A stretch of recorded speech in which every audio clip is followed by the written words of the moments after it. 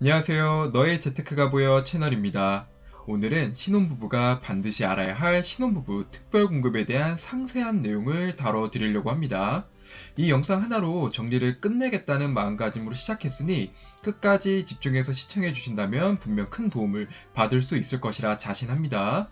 일단 특별공급은 정책적 배려가 필요한 사회계층에게 평생에 딱 한 번만 주택을 분양하는 것이기 때문에 일반 공급 대비해서 자격 조건이 까다롭죠. 그렇게 경쟁률도 낮고요. 이러한 특별 공급은 대표적으로 기관 추천, 다자녀, 신혼부부, 노부모 부양자, 생애초초와 같이 총 5개로 분류가 되어 있습니다. 그리고 배정 물량은 보시는 표를 보면 알 수 있듯이 일반 공급 대비 특별 공급에 배정되는 물량이 많죠.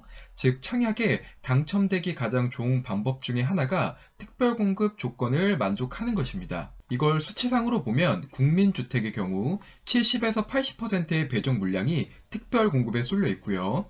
민영주택도 53에서 63%의 비율을 특별 공급 물량에 배정하게 되어 있습니다. 그 중에서 오늘 저희는 신혼부부 특별공급을 알아볼 건데, 신혼부부 특별공급은 총 물량의 20에서 30%의 비율로 물량을 배정받기 때문에 조건만 된다면 신청하지 않을 이유가 없겠죠. 그리고 뒤에서도 자세히 말씀을 드리겠지만 특별공급과 일반 공급은 중복 신청이 가능합니다. 다만 이 신혼부부 특별공급은 전용 면적 85 초과 물량에는 배정이 되지 않는다라는 점, 그리고 투기 과열 지구 내에 분양가가 9억을 초과하는 주택에도 물량이 배정되지 않습니다. 이를 예시로 설명을 드리면 전용 면적 97, 109, 165와 같은 전용 면적 85를 초과하는 물량에는 신혼 특공이 없게 되겠죠. 그리고 만약 전용 면적이 84여도 투기 과열 지구 내에 분양가가 만약 9억 1천만 원이다.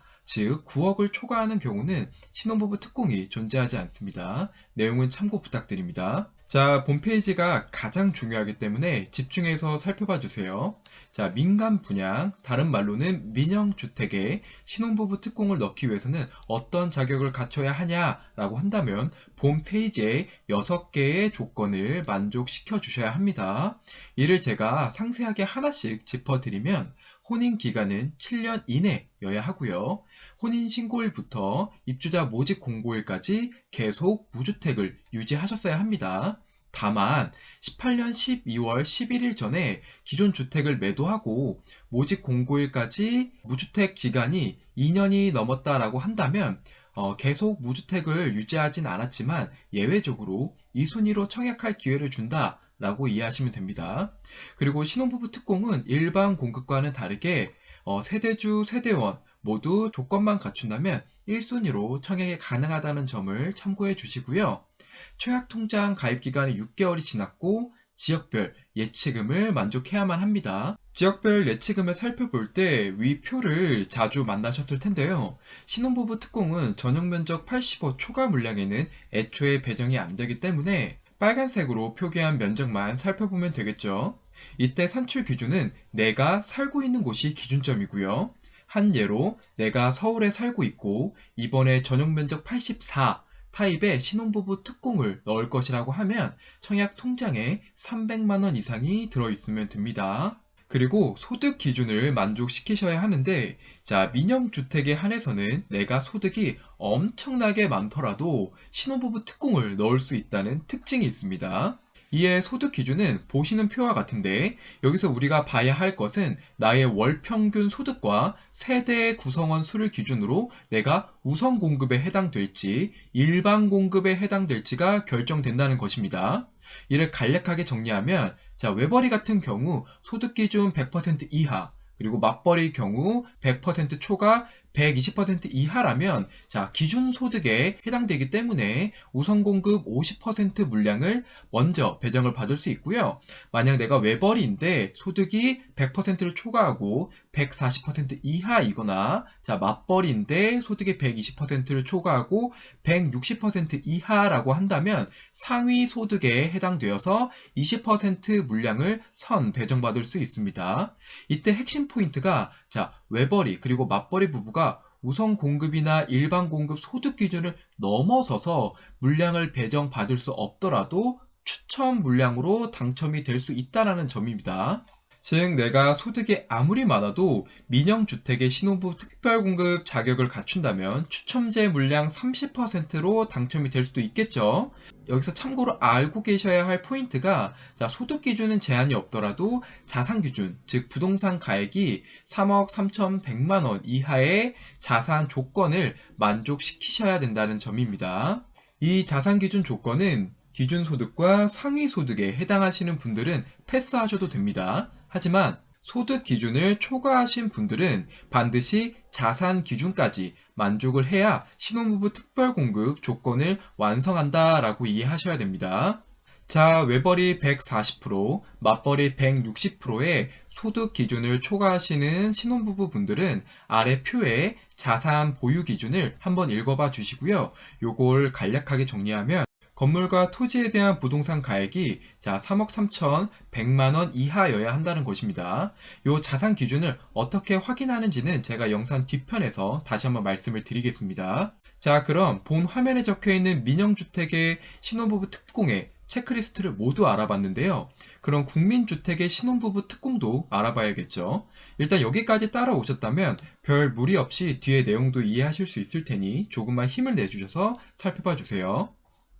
국민주택 신혼부부 특별공급 체크리스트는 기존의 민영주택 체크리스트에서 3가지 조건이 변경이 되었는데요. 민영주택의 경우 혼인기간이 7년 이내인 자로 한정이 되어 있다고 하면, 국민주택의 경우에는 만 6세 이하 자녀를 둔 한부모 가정도 신청이 가능하고요. 심지어 예비, 신혼부부도 신청이 가능합니다. 즉, 신청 자격 범위가 넓어졌다라고 이해하시면 되고요. 다음 혼인 신고일부터 입주자 모집 공고일까지 계속 무주택을 유지하셔야 하는 건 동일합니다. 다만 민영주택 같은 경우는 18년 12월 11일 전에 기존 주택을 처분하고 모집 공고일까지 무주택 기간이 2년이 경과했어야 2순위였지만, 국민주택 같은 경우는 12월 11일이 아닌 18일로 7일이 늘어났다는 점이 차이가 있습니다. 이는 참고해 주시고요. 민영주택과 달리 국민주택의 신혼특공은 청약통장 가입 기간이 6개월이 지났고 납입 인정 횟수도 6회 이상을 만족하셨어야만 신혼특공 자격을 갖추실 수 있습니다. 참고로 인정 금액은 최소 2만 원입니다. 그리고 국민주택에서는 지역별 예치금 항목이 삭제되었습니다. 그리고 소득 기준과 자산 기준을 만족을 해야 하는데, 이 자산 기준 같은 경우 민영주택에서는 소득 기준을 초과하신 분들만 자산 기준을 만족하는 상황이었지만, 국민주택 같은 경우는 청약하는 모든 분들이 자산 기준까지 만족을 해야 신혼특공 자격을 갖출 수 있다는 차이점이 있습니다. 자, 그래서 정리하면 요 5개의 조건을 모두 만족시키시면 국민주택 신혼부부 특공 신청 자격을 갖추시게 되고요. 추가적으로 이 소득 기준의 상세 내용이 국민주택과 민영주택이 다른데 어떤 차이점이 있는지 함께 찾아보도록 하겠습니다. 자, 요 화면의 표가 국민주택의 소득 기준인데 민영주택과 다르게 어떤 게 달라졌는지 찾으셨을까요? 자, 정답을 말씀드리면 일단 월 평균 소득액의 수치는 동일합니다. 다만 민영주택은 기준 소득일 경우 50%의 우선 공급, 상위 소득일 경우 20%의 일반 공급, 그리고 나머지 물량은 추첨제 30%가 존재했었는데, 국민주택에서는 기준 소득일 경우 무려 70% 우선 공급이 진행이 되고 상위 소득은 30% 비율로 배정이 되어 있습니다. 즉, 민영주택과 다르게 소득에 따라 배정 비율에 대한 차이가 있고, 무엇보다 외벌이 140, 맞벌이 160을 초과하는 분들은 청약이 아예 불가능하다라는 차이점이 있습니다. 즉, 소득이 초과했을 때 민영주택에서는 추첨제 30% 물량이 있었죠. 하지만 국민주택은 아예 청약, 자격을 만족할 수 없다라는 큰 차이점이 있다라는 점 기억해 주시길 바랍니다. 그리고 자산 기준도 조금 차이가 있는데, 이를 자세히 살펴보면 본 페이지와 같은데, 민영주택과 다르게 국민주택은 소유하고 계신 자동차의 기준 가액도 자산 소득에 포함이 됩니다. 자, 이를 간략하게 정리하면 부동산 재산은 2억 1,550만 원 이하여야 하고요. 자동차 가액은 3,496만 원 이하여야 합니다. 참고로 자동차가 세대 내에 2대 이상이 있다고 하시면 가장 높은 가액 1대 기준이 적용된다라는 점 참고 부탁드립니다. 자, 여기까지 국민주택 신혼부부 특공 체크리스트를 살펴봤습니다. 혹시나 이해가 안 된 부분이 있으시다면 내용이 좀 방대하기 때문에 영상을 그 앞전으로 돌려서 다시 한번 살펴봐 주시길 부탁드립니다. 자, 그럼 지금까지 민영주택과 국민주택의 신혼부부 특별공급 신청을 위해서 어떤 자격을 갖춰야 하는지 체크리스트를 통해서 살펴보았는데, 자격을 얻었다고 해서 100% 당첨되는 것은 아닙니다. 이에 자격을 얻은 사람들 중에서 어떤 사람에게 우선순위를 배정하는지 자세히 살펴볼게요. 자, 민영주택 당첨자 선정 방식부터 보면 먼저 내가 소득에서 월 평균 소득 금액이 우선 공급에 해당되는지, 일반 공급에 해당되는지 또는 소득이 초과하여 추첨제로 넘어가는지 확인을 해야겠죠. 그리고 나서 1순위가 되기 위해서는 자, 미성년 자녀가 있어야 합니다. 자, 자녀가 없다면 2순위가 될 텐데 사실 2순위는 당첨 확률이 거의 없다고 보셔야 합니다. 그리고 나서 1순위가 여러 명이라면 먼저 해당 지역 거주자에게 우선 공급을 진행을 하겠죠. 그리고 거기서도 결론이 나지 않는다면 자, 자녀 수가 많은 자가 우선이 되고, 만약 자녀 수까지 같다면 추첨으로 당첨자를 선정합니다. 일단 이 내용만 보고서는 이해가 어려우실 수 있으니 제가 몇 가지 예시를 들어보겠습니다. 자, 어떤 아파트에 신혼부부 특공 물량이 10개가 나왔다라고 가정을 하면 우선 공급 물량에 5개, 일반 공급 물량에 2개, 추첨제 물량에는 3개가 가겠죠. 이때 내가 맞벌이이고 소득이 110% 수준이고 해당 지역에 거주하고 자녀가 1명 있다고 가정해 보겠습니다. 자, 그래서 나는 요 소득만 봤을 때에는 우선 공급에 해당하죠. 그래서 5명을 뽑는 우선 공급 그룹에 들어갈 수가 있게 됩니다. 그리고 나를 포함해서 우선 공급에 지원한 사람이 6명이 있다라고 가정을 해볼게요. 근데 다들 나처럼 해당 지역에 다들 거주를 하고 다 자녀가 2명씩 있다라고 하면 나는 어떻게 될까요? 제가 앞서서 설명드린 것을 가져오면 다 자녀가 있기 때문에 1순위가 되겠죠. 그리고 해당 지역에 다들 거주하고 있다면 자녀가 많은 자가 우선이 된다라고 제가 말씀을 드렸습니다. 그렇게 당연히 해당 지역에 거주하고 자녀가 2명인 분들이 되는 겁니다. 그렇죠? 근데 만약 경쟁자 1이 자녀 수가 2명이 아니라 1명이라고 하면 나와 경쟁자 1이 추첨으로 경쟁을 하여 1명이 선발되게 되는 것입니다. 자, 이때도 내가 운이 안 좋아서 추첨으로도 안 됐다라고 한다면 이제 나는 아예 떨어지는 것이냐? 자, 그게 아니라 일반 공급 20%의 물량에 배정된 분들이랑 다시 경쟁하게 되는 것입니다. 자, 그래서 이제 소득 기준이 일반 공급에 해당하는 청약자들과 싸우게 될 텐데 이 청약자가 이미 2명이 있다고 제가 가정을 해봤습니다. 즉 경쟁자 6은 맞벌이의 소득이 130%이니 자, 일반 공급 기준에 해당하겠죠. 그리고 해당 지역에 거주를 하고 자녀가 1명이 있고요. 경쟁자 7은 맞벌이이면서 소득이 150%니까 자, 120%에서 160% 이하이므로 자, 일반 공급에 해당을 하고 자, 해당 지역에 거주하고 자녀가 2명이 있다라고 한다면 자, 나를 포함해서 이 지원자가 3명인데 지금 몇 명? 2명을 뽑는 거죠. 자, 그러면 누가 먼저 당첨이 될까요? 정답은 경쟁자 7입니다. 왜? 자녀가 2명이기 때문이죠. 자, 여기서 우리가 알 수 있는 건 소득도 중요하지만 자녀 수가 많은 게 당첨 확률을 높일 수 있다라는 것입니다. 물론 우선 공급에서 미달이 되게 되면 자녀 수가 적더라도 당첨이 될 수 있지만 요즘은 경쟁률이 워낙 치열하다 보니까 자녀 수가 많은 게 당첨 당락을 결정한다는 점 참고해 주시고요. 그리고 경쟁자 7이 당첨이 되었으면 2자리 중에 한 자리가 당첨이 된 거니까 한 자리가 남았겠죠. 이건 나와 경쟁자 6이 이제 경쟁을 하게 될 텐데 둘 다 해당 지역에 거주하고 똑같이 자녀도 1명이기 때문에 추첨으로 당첨자를 선정하게 되는 것입니다.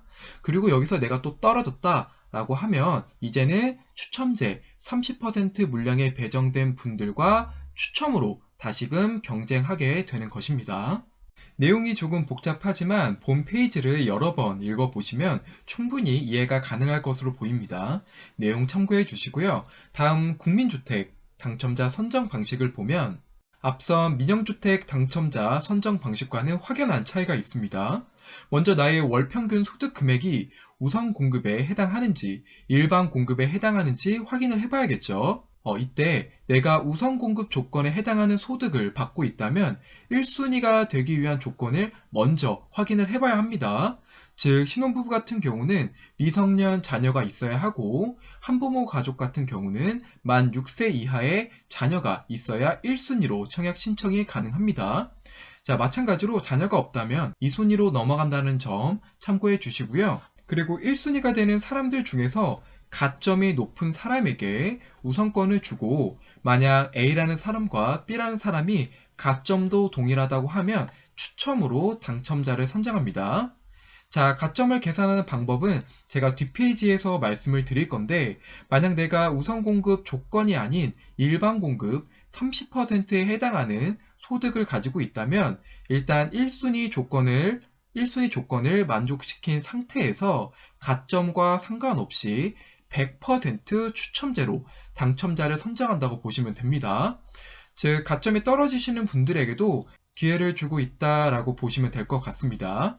자, 앞선 페이지에서 말씀드린 가점은 본 페이지를 참고해 주시면 되고요. 이를 조금 자세히 살펴보면 외벌이 같은 경우는 80, 맞벌이인 같은 경우는 월 평균 소득이 100% 이하라면 가점 1점이 부여가 되고 자, 자녀 수가 많을수록 그리고 해당 주택 건설 지역에 연속해서 거주한 기간이 길수록 그리고 청약 납입 횟수가 많을수록 가점이 높습니다. 그쵸? 그리고 혼인 기간이 짧을수록 가점이 높은데 이런 이유로 다들 혼인신고를 늦게 하게 되는 것이죠. 만약 내가 국민주택 신혼부부 특공을 노리고 계시다라고 하신다면 최대한 혼인신고를 늦춰서 가점을 높이는 방법도 생각하시면 좋을 것 같습니다. 그리고 한부모 가정의 자녀 나이에 따른 가점도 한번 살펴봐 주시길 부탁드립니다. 다음 소득 확인은 어떻게 하냐면 자, 민간 분양 같은 경우 근로소득자는 전년도 근로소득 원청징수 총급여액을 12로 나누면 월평균 소득액이 나오게 되고요. 자, 사업소득자, 민간 분양이나 공공 분양의 사업소득자는 전년도 종합소득세 소득금액 증명 총 소득금액을 12로 나누면 똑같이 월평균 소득액이 나오게 됩니다. 참고로 이 세 개는 홈택스에서 확인이 가능하겠죠. 참고해 주시고요. 다만 공공분양의 근로소득자는 자, 원청 징수로 월평균 소득액을 산출하는 것이 아니라 국민건강보험공단에서 나온 건강보험료 보수액을 산출합니다. 이는 참고 부탁드리고요. 자, 공공분양의 근로소득자의 건강보험료는 어떻게 확인할 수 있냐면 국민건강보험 사이트에 접속을 하셔서 민원여기요의 개인민원 그리고 보험료 조회의 연말정산 내역에 들어가시면 각 해당 연도의 평균 보수 월액을 찾으실 수 있습니다. 내용 참고해 주시고요. 국민주택의 경우는 민간주택과 다르게 모든 인원이 자산 기준을 만족해야 된다고 제가 말씀을 드렸죠. 그 금액은 부동산이 2억 1,550만원 이하, 자동차 가액은 3,496만원 이하여야 한다고 제가 말씀을 드렸습니다. 이를 어떻게 확인을 하냐면 일단 홈택스에 들어가시면 조회 및 발급에 근로장려금, 자녀 장려금 탭에 자, 주택 등 기준 시가 조회, 승용차 가액 조회라는 요 메뉴가 있습니다. 이때 이제 주택 등 기준 시가 조회를 클릭하게 되면 바로 국토교통부 홈페이지로 연결이 되고요. 이 국토교통부 홈페이지에서 이제 공시가 조회를 하시면 부동산 내역을 확인하실 수 있습니다. 그리고 자동차도 승용차 가액 조회를 누르게 되면 이제 모델명과 연식마다 자동차 가액을 확인할 수 있습니다. 내용 참고 부탁드립니다. 자, 이제 거의 다 왔습니다. 마지막으로 제가 참고사항을 말씀을 드릴 건데 당첨일이 동일한 단지에 한 세대 2개 이상 중복 청약 시에는 모두 부적격 처리가 된다는 점, 그래서 당첨일이 동일한 단지는 반드시 한 세대, 한 분만 청약을 신청하셔야 되고요. 이 특별 공급과 일반 공급은 중복 청약이 가능하므로 당첨 확률을 높이시기 위해서는 일반 공급도 청약하시는 것이 필수 조건입니다. 이제 가끔 특별 공급만 신청하시고 일반 공급은 신청 안 하시는 분들도 계신데, 특별 공급과 일반 공급 중복 청약이 가능하다라는 점 참고해 주시고요. 그리고 특별 공급에서 소형 저가 주택은 무주택으로 간주하지 않는다라는 점, 그리고 만 60세 이상 직계 존속과 함께 거주를 하시는데, 이때 만 60세 이상 직계 존속이 주택을 소유하더라도 무주택으로 간주한다라는 점 참고사항으로 알고 계시면 도움이 될 것 같습니다. 자, 민영주택의 체크리스트 이 6개, 그리고 국민주택 체크리스트 5개를 살펴봐 주시고, 내가 신혼부부 특공 자격이 있는지 반드시 사전에 확인하셔서 청약 당첨 기회를 높이시길 강력히 추천드립니다. 이상 신혼부부 특별 공급에 대한 설명은 여기서 마치겠고요. 본 영상이 도움이 되셨다면 구독과 좋아요, 알림 설정까지 부탁드립니다. 긴 시간 시청해 주시느라 고생 많으셨습니다. 다음에도 더 좋은 영상과 정보로 찾아뵙도록 노력하겠습니다. 감사합니다.